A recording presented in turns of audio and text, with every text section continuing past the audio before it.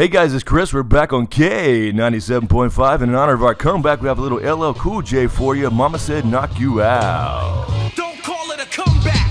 I've been here for years. I'm rocking my peers, putting suckers in fear, making the tears rain down like a monsoon. Listen to the bass go boom, explosion.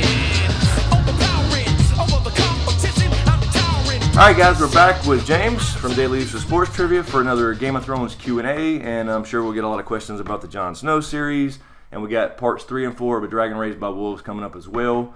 Also want to mention really quick, I just participated in another Trial by Trivia round 2, which is a great little trivia channel, Game of Thrones trivia specifically for right now, and it's for a great cause for charity for Guardian Angel Medical Service Dogs. There'll be a link in the description below for that, so please check that out and donate. Without further ado, let's get to some questions. Is it like Bachelorette? You can't say whether you won or not I can't. till it airs. It'll be out actually, what's today? Tuesday. It'll be out tomorrow. It will be out tomorrow. Man, well, I'll tell you, I'm glad to be back. This actually kind of feels new again. It's really weird. It's been a while. All right, I'm going to dive right in. I've got a question from Vasily Krisan. Says, Q&A, I know this doesn't have much to do with Jon Snow, but do you think the Lord of Light is actually evil? I've been thinking he might be, especially since the literal translation of Lord of Light in Latin is Lucifer. What do you think? I guess the short answer is I don't think there's any gods. I don't think there is a Lord of Light. I think that I've been saying this for a while, and it kind of got confirmation, at least from my idea, in season 6 when we saw the White Walker be created by the Children of the Forest. In the books, Melisandre, says that there is R'hllor, the Lord of Light, and then the Great Other, the Lord of Darkness and Death. Well, and she attributes the White Walkers to the Great Other. Yes. They're, basically the White Walkers are the champions of the Great Other, the evil, dark god of death. Well, now we know that the children created the White Walkers. Exactly. So there is no other god, or Great Other, I should say. Right. There's only the old gods, which are essentially green seers, is what I've been saying for a long time now. So green seers are old gods, in my opinion. That kind of proves right there with them creating the White Walkers themselves that there is no Great Other. So therefore, if there's no Great Other, there likely is not a red god R'hllor. Right. So I think, and somebody's going to say, I know, about the flames. Yeah. Visions and the flames. Yes, there is magic. There's definitely magic. Magic can be tapped into by certain people, or probably everybody on some low level, I think. But shadow binding and the magic that she has definitely there, but that's just part of the natural world, I think, that requires blood. We've talked about that a lot of times in other videos. So I think that the Lord of Light is her creation, not her creation, but, a society's creation of a religion, just like real life, around certain events they can't explain. And I think probably the visions, my guess right now would be that the visions are being sent to Melisandre. Now, she's interpreting them all wrong. She thinks it's Stannis as being Azor Ahai or the Prince was Promised, whatever. Yeah. So she's definitely receiving visions. And what's interesting, though, is in A Dance with Dragons, in her only chapter, she saw 1,000 eyes in the flame, which represents 1,000 eyes in one, Blood Raven, Brendan Rivers, and a boy with a wolf's head who leaned his head back and howled, which is obviously Bran. And she thinks they're the Great Other's champions. But do you think that magic is kind of at an all-time high in their world right now, or maybe it's coming up from an all-time low or something? Yeah, I think it waxes and wanes, just like the moon or the tides or something. Maybe it's related to the comets or something like that. But yeah, right now it's obviously coming back because the glass candles are burning again in the books. You won't see that in the show. But there are obsidian dragon glass candles with no wicks. Oh, man. That the maesters try to light to get their Valyrian steel link. Okay. Those are working again. Of course, we have dragons back in the world, which was a big part of that. Not the cause of magic. I think they were the result of magic, but apparently they enhanced that too. We saw where Tyrion and the pyromancers, said their spells are working again for the wildfire, which has magical properties. That's right. So yeah, I think we're back at a high level of magic, which kind of explains the whole White Walker dragon phenomenon. So maybe seasons have been out of whack in the past, and it helps with the magic. I personally think the seasons have been out of whack since they created the others. I think that's what knocked them out of whack. I see. Yeah. I mean, that's just my opinion, because there's evidence that they've always been, for the history, the written history, which could be way off, that the seasons seem to they should be in balance according to the Maesters, the way the planetos is tilted towards their sun or whatever. Right. There should be a regular seasonal pattern, but there's not, and I think that it's the magic of the white, them creating the White Walkers threw it out of balance. My opinion. This one really struck me because when I saw this happen on the show, I wanted to ask you this, and I'm glad she reminded me. This is from Serial Margaret. It says Q&A. This question is actually from one of the earlier seasons in which Sam is north of the Wall.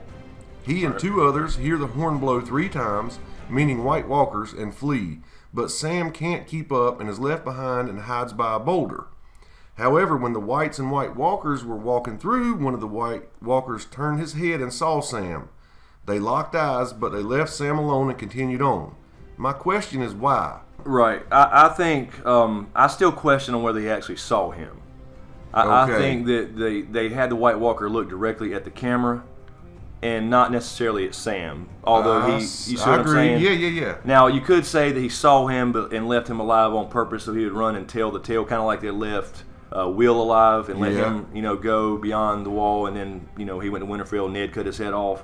But I don't think he actually saw Sam. I just think that was the first time we saw a really close up of the White Walker's face, and they looked right into the camera. So I don't think he actually saw Sam, because gazing towards the camera than Sam. Right, exactly. Yeah. Because they attacked him on the Fist of the First Men, and then when Sam called up to everybody, the rest of them that survived that attack, I mean, why would he leave Sam there, and then they're still just had a battle with the same, crows at the Fist of the First Men.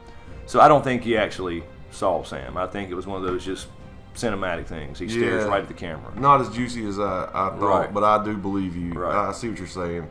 A real first good look at one. Right. Okay, let's see here. This is from Priscilla Bezerra. Q&A. Jon Snow was brought back to life and nobody seems to be paying much attention. Giants were seen. House Mormont believed when they were told about the White Walkers. Do you think people are getting used to the idea of magic being back? Yeah, I mean, I think that, I think northern people are getting used to the idea. I don't think northern people ever rejected the idea of magic. They didn't see things for a long, long time. They knew they were real. Where everybody down south and some of the Maesters never believed in any of it. Right. They thought they were fairy tales or fables, just like in the real world we have these fairy tales and fables that are probably fairy tales and fables, but in this story they happen to be real. Yeah. So I think I did think that was a little odd how they kind of glazed over. Jon came back, and then they showed the Night's Watch and Tormund and all them like, holy shit, are you a god? And then apparently they had the conversation with Sansa off screen. Like, this is what happened. I got killed and came back to life. And so she knows, and everybody seems to kind of just glaze over it now. Like, it's not such a big deal, but it's going to be huge. I just think that the northern people always knew there was magic in the world, and they're still aware of the old tales and the dangers. Winter is coming, right? Yeah. And all that stuff, and then so they're more prone to believe it and not be surprised by it. And of course, the wildlings too. This is from Mr. Scotty 301. I recognize his name. Mr. Scotty. He says, Q&A, you two rock together. Do you think the origins of the Night's Watch and the First Lord Commander were actually the buffers you say Jon may be? Yeah, in a way, the Night's Watch was founded because of the Long Night and the supposedly, right, the last hero driving them back to the lands of always winter. And I actually just did that video last night on a little, last hero theory and, who he could have been or at least related to or some things he may have known. But yeah, I think essentially that's what the Night's Watch was created for. They drove him back and then founded the Night's Watch, built the wall supposedly, with magic and the help of the children and giants, although I'm not so sure that's exactly how it went down with Brandon the Builder. I think when you have ice creatures that can manipulate ice like Sub-Zero, maybe they had a helping hand as part of their agreement to build that damn wall. Now, you could question that because the magic in it keeps them from passing south but doesn't keep man from passing north. So, there is a question about how that actually happened, and I think it goes back again to the point I made in that video about the written history. It's probably skewed quite a bit, and they don't really know what's going on. If Jon does become that buffer that we talked about in the other video, is it kind of like setting the clock over again? I would say so. Instead of ending this, it just kind of sets it all over I would again. say so. History repeating itself and going back. But, I think the difference here would be learning from their mistakes this time. Yeah. Whatever set these White Walkers off to come charging back south, whether that's, whatever reason that is, we speculate on a lot of different things and what that could be. Jon's birth. I'd speculated before that it was actually Robert's Rebellion and all the blood spilled. Right. During the rebellion all over the place, because blood feeds werewood.net and magic and all that kind of stuff. But crash the server. If the South, exactly. If the South learns their lessons from this anti-war story and changes the way they are and changes feudalism and stuff, it may not ever happen again if they learn from their mistakes. So I think that's what the overarching theme is. History will repeat itself. They'll be given another chance, but if they don't learn from what they've been doing wrong in the past as far as all this war and killing each other over power and feudalism, then they can be wiped out and basically exterminated. So that's just my take on it. Here's another long one. I don't know why I just happened to pick all these long ones today. We haven't been doing this in so long, and I'm so excited. I see all these meaty ones, and I want to just pick your brain. All right, so this is from Lily's Musings. For the Q&A, sorry if it's too late. I meant to post this sooner. It's not too late. No, we're behind. We're behind. My question is, do you think Sam will find some kind of records that state there was a secret wedding between Rhaegar and Lyanna that would indicate he is not only a Targaryen, but he is not a bastard after all? Also, that Bran will be able to see that Rhaegar did not kidnap Lyanna, as everyone was led to believe, but that opposite to that, she went with him willingly. Weren't Targaryens known for taking multiple wives? And since his first wife was not able to bear any more children, she may have accepted this. Lyanna was found in the Tower of Joy, which is in Dorne, right? Says, I don't know, I'm all over the place, but I would really appreciate if my questions get answered in your next Q&A. Thanks. Yeah, I think so. I think it's possible that Sam could find some record there, although Rhaegar being obsessed with prophecy, I don't know if he would care about sending a raven or whatever and to the citadel or telling a maester or whatever to record this particular incident. So I think that we'll probably get a little bit of Rhaegar in season 7. I'm hoping we get some Rhaegar. I mean, too. Because they did build him up. I don't know if they don't actually need it for the show, because we did get confirmation of RLJ and the way Lyanna told Ned, and Bran heard all that, although we didn't hear it. We heard whispers basically. I think he learned right then that Rhaegar didn't kidnap her. So that may be enough for the show. I don't know, but maybe we'll get some Rhaegar visions next year to kind of confirm that, since they didn't even actually directly confirm Rhaegar being his father. They released the graphic, but they've been building him up since season 5. Yeah. He's one of those characters you just kind of want to see what they come up with. Because you heard in season 5, not even just season 5, previous seasons, you heard Barristan Selmy talking about it to Dany, how great Rhaegar was and how good of a man he was, how everybody loved him. And you heard him talking to Dany in season 5 in the Pyramid about how he loved to sing. He didn't like to kill people. You had the scene with Sansa and Littlefinger in the crypts when she was talking about, yes, he chose my aunt, and then he kidnapped her and raped her, and then Littlefinger looks at her like, not really. He didn't say anything, but obviously he suspects, he knows. He may not know Jon's the result of that, but obviously he knows that she left willingly with him. And I think with him being infatuated with prophecy, that Ilya, his wife, would be down with it. I was getting ready to I think she was, you of that because part of the question. I think she was down with it. They had 2 children, and then she couldn't have a third. She would have died. And I think he figured out that he needed a Stark. Wow. I think that's what happened. And he I think intentionally set all this in motion. I think he did with the Turning of Harrenhal, because his friend hosted it. So awesome. I think that's what set that up, where he could meet her and give her the crown of blue roses and all that good stuff, and set off all the events that happened. So I think she knew about it. She was probably down with it and understood the importance of it. And then, like she mentioned in the question, Targaryens were known before for having multiple wives. Okay. So it wasn't that. It wasn't really accepted in this time period. But if he thought it was important enough for this, savior to save the world, he could have sold her on it. Yeah, to hell with custom, right? So I think that's the case in my opinion, anyway. From what I, just knowing about Rhaegar and how even Ned respects him. Ned never says anything negative about him in the books. Every time he thinks about him, he respects him. Yeah. So you don't respect somebody that's kidnapped your damn sister. Right. So I think I was actually going to mention that too. Where I'm at in the book, Right. he says some positive things about it. Right. So I think in the Tower of Joy, all that stuff he whispered, I think he probably learned the truth. We'll find out exactly what he said, and potentially a name too, a Targaryen name there, I'm sure. Because it's not Jon. He named him Jon after Jon Arryn, yes, to hide his identity. Right. But she definitely already had a name picked out. Whether that was her and Rhaegar together, already had the plans for it. All right, here we go. Next question, Diana K. Q&A.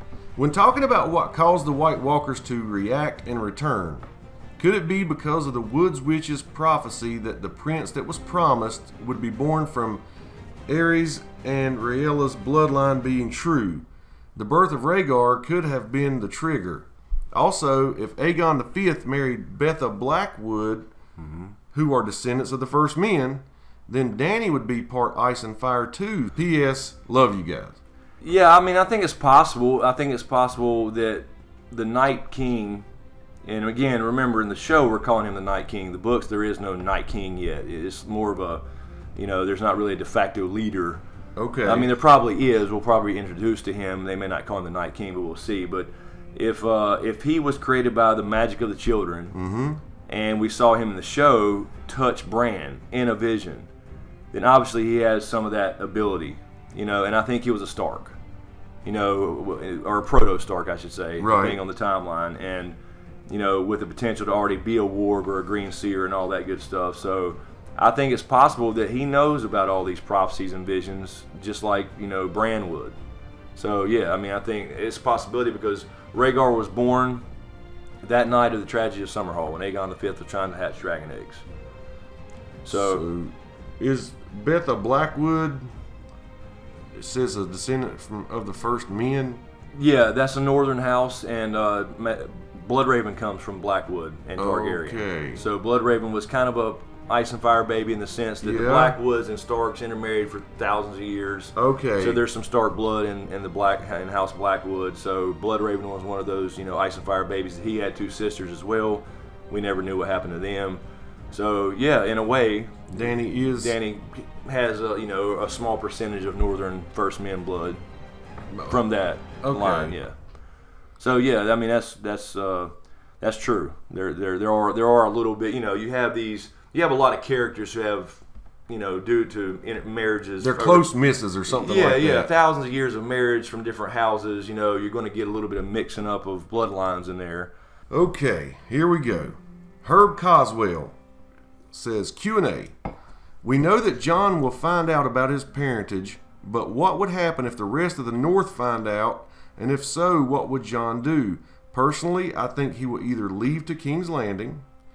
I think he will to maybe make alliances with Dany and get help to try to be in the North to help his cousin leave the North and be a Targaryen. Okay? Or force himself to marry a Northern woman to stay in the North. My vote is Sansa, and maybe it will be like Ned and Kat situation where they don't love each other at first, but more over time. The only reason I can't see it happening is because it would be kind of awkward. Secondly, what's your opinion on the theory that Jon and Dany will be enemies at the end? Personally, I don't like it. Yeah, on the last part of the question, I don't think they'll be enemies. I think the bittersweet ending is probably a sacrifice or a death or becoming something else perhaps or whatever, having to go away, but they ultimately, save the world. And the other one will be affected by it. And the other will be affected by it, right. So I don't see Jon going to King's Landing for power's sake. I don't see him wanting or caring about the power, even when he finds out that he is technically the rightful heir to the throne, because somebody else would argue that, because the Targaryens got it by conquest, and then they ruled for 300 years basically until Robert's rebellion. Right. And before that, though, there were local kings, and stuff like that of different kingdoms. So, there's always going to be a question of who's really legitimate, because feudalism, that's the way it works. There's always a question, So I don't see him going to King's Landing unless he's going to recruit Dany in that sense for himself maybe, or whatever, to rally people to the cause, because that's all he cares about at this point is the real threat coming. He's the only one that gives a damn, and now the northern houses that he's rallied being king of the North. Let me ask you a question real quick. Does Dany know or heard anything about White Walkers? No. I didn't At think this so. point, nothing. No. Somebody's going to have to be really good at convincing her Right. to say, Exactly. you're not going to believe this, but Right. we need you for Yeah, this. I know you want that throne. Yeah. But look, in order to take that throne, Yeah. you got a bigger problem because you ain't going to be ruling over shit. No joke. Yeah, man. so that's the big thing. She's coming over completely focused on, taking her throne back that was hers by right, according to her, being a Targaryen.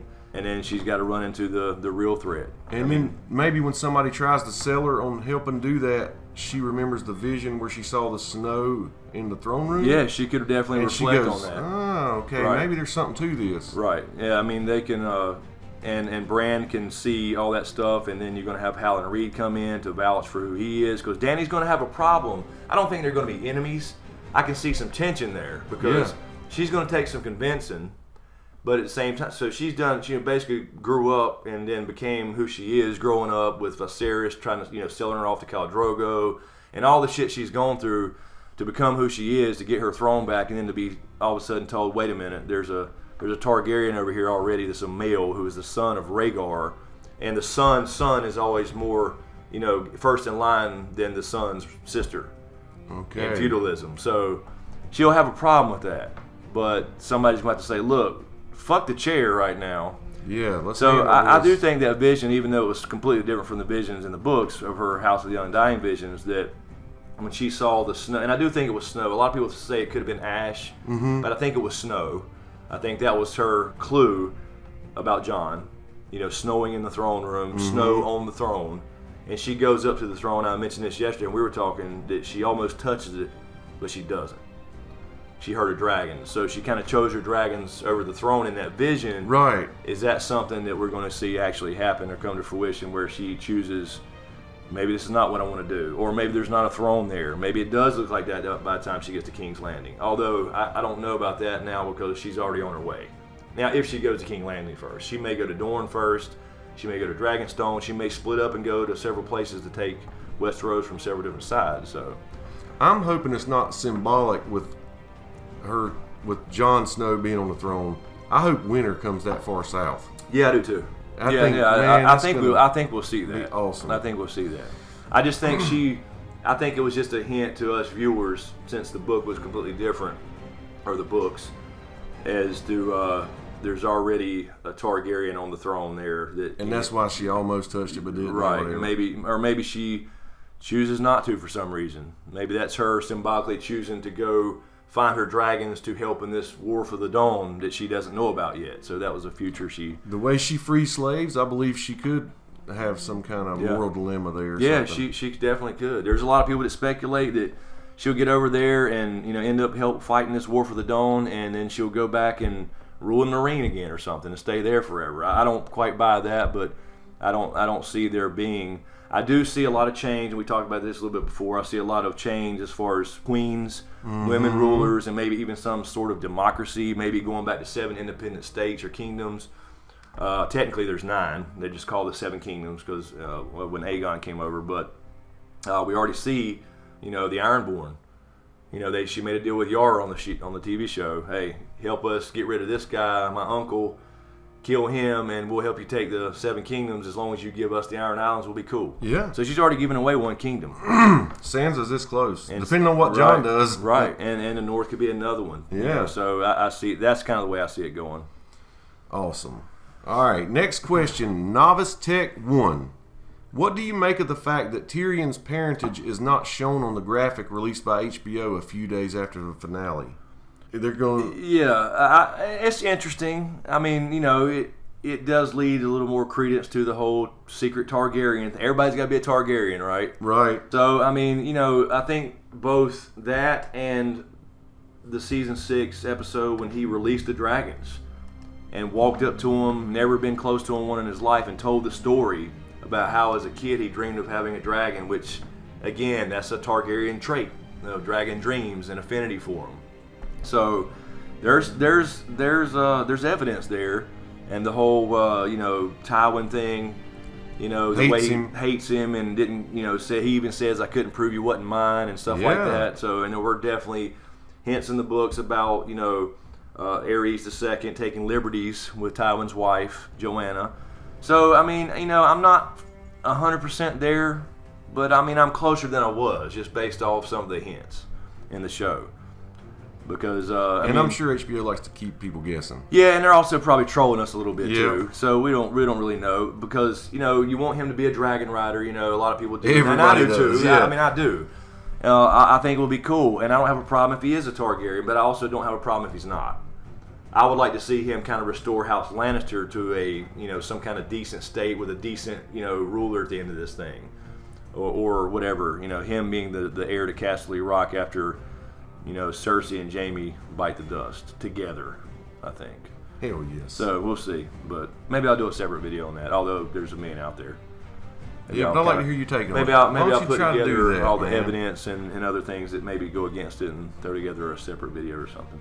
Awesome. He deserves his own video on SmokeScreen. All right. This is tough. Put your thinking cap on.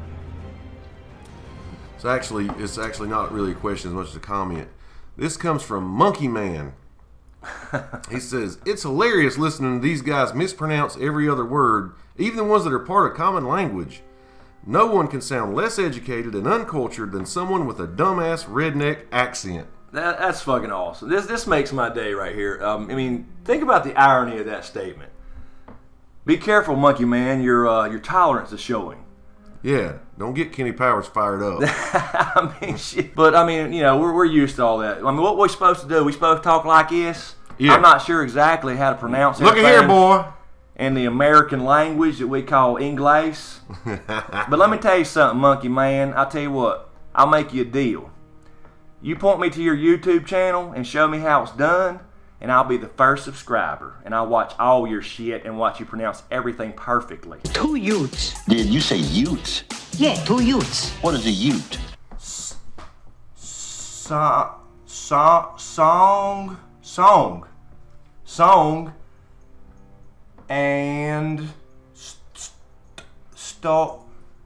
and story. Good point. Song and story. Tell us. What's this over here?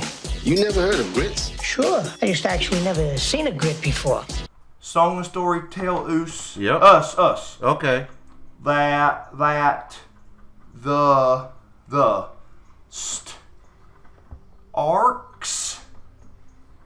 Starks of winter. Fuck this. Fuck reading. Fuck all that. Fuck you, Monkey Man. You let me tell you one thing. Ain't but 2 things I'm good at, and that's drinking Sundrop and kicking ass. Mm-hmm. This can's about empty. Anyway, thanks for watching. Jesus. Alright guys, we'll keep it short and sweet for this one. We will be filming Dragon Raised by Wolves Part 3 and 4, as well as another Q&A, and I'll probably start dropping in some shorter solo videos again, as I usually do. So again, thanks guys for the questions. I appreciate it. Also, like I said before in the beginning of the video, please check out this link in the description for Guardian Angel Service Dogs. The Trial by Trivia, you know, Game of Thrones that I'm taking part in. I just had another match in round 2 that will be out tomorrow. So keep an eye out for that as well. I'll link all that stuff in the description below. It's a great channel with a great little GOT community for a great cause. So check that out. Let us know what you think. For Patreon, for you Patreon supporters, really appreciate the support. I'll be kind of doing some more things behind the scenes with you guys as well. So be on the lookout for that. So thanks again, you guys. Be sure to subscribe to get everything. Thanks for watching, and we'll see you next time.